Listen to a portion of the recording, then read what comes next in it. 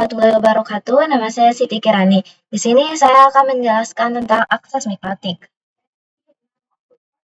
Metode akses mikrotik router OS dari keyboard, serial console, remote server terminal atau SSH, Winbox, FTP, API, Quickset, dan WebPig HTTP, MAC Telnet, lokal, Winbox terminal menu, dan mikrotik up. Akses router boot with Winbox. Cara paling mudah dalam mengakses dan mengkonfigurasi router mikrotik adalah menggunakan Winbox Real Device. Untuk aplikasi Winbox available on Windows terkait Microsoft dan Linux bisa menggunakan pihak ketiga. Antara router dan laptop dihubungkan menggunakan kabelan.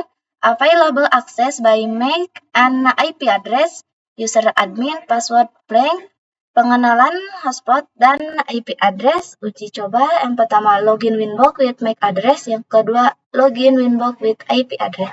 Ini dia contohnya. Akses virtual router mikrotik Pinet Lab with Winbox. Pinet Lab alat emulator jaringan paket. Persiapkan environment Pinet Lab yang sudah tersedia perangkat virtual mikrotik. Persiapkan aplikasi Winbox. Lakukan koneksi antara ISP dengan router. Connect virtual mikrotik using Winbox. Seperti ini dia logo dari Pinetnya. Jadi ini contohnya. Tampilan mikrotik pada Winbox itu seperti ini ya. Dimulai dari undo atau redo, user login, di sini ada IP atau MIC address, hostname, versi ROS, hardware type, and arsitektur, menu, area kerja, dan sini dashboard. Mengakses router boot with WebPig. WebPig diperkenalkan sejak Router OS versi 5.0 dengan fungsi yang sama dengan Winbox. Support IPv4 dan IPv6, support HTTP dan HTTPS sebagai alternatif Winbox. Untuk akses router boot via WebPig bisa dengan mengetikkan IP router pada browser HTTP IP router. Seperti ini dia contohnya. Quickset. Konfigurasi cepat, settingan dasar router dalam satu tampilan dapat diakses melalui Winbox atau WebPig.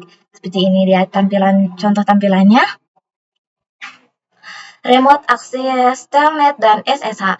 Based on Terminal Command Line Interface, akses router via text atau CLI dapat dilakukan melalui SSH, Telnet, konsol, Neo Terminal, Winbox, dan terminal WebPig. Digunakan untuk merunning script atau ketika akan mengakses router dengan keterbatasan bandwidth. Untuk mengakses router via remote, SSH, atau Telnet, maka bisa menggunakan aplikasi remote client seperti PuTTY, WinSCP, dan selain sebagainya.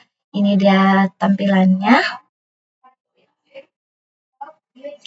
Serial console. Serial console digunakan apabila kita lupa atau salah dan telah mendisable semua interface pada mikrotik. Serial console dibutuhkan saat kita menggunakan net install. Remote via serial console membutuhkan kabel DB9 atau converter USB ke DB9. Menggunakan program HyperIntegral Raudred 115200 data bit 8, parity non, stop bit 1, dan flow control 0.